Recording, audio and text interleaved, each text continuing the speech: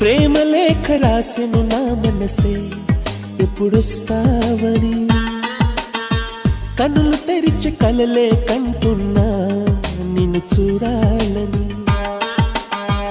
గుండె చాటు గుసగుస నిన్నే చేరుతుందని, అందమైన ఊహాలోకం అందుతుందని, వెన్నెలమ్మ చిరునవ్వుల్లా నిన్ను రమ్మని, ఎదురు చూసి పలికెను హృదయం ప్రేమకు స్వాగతం.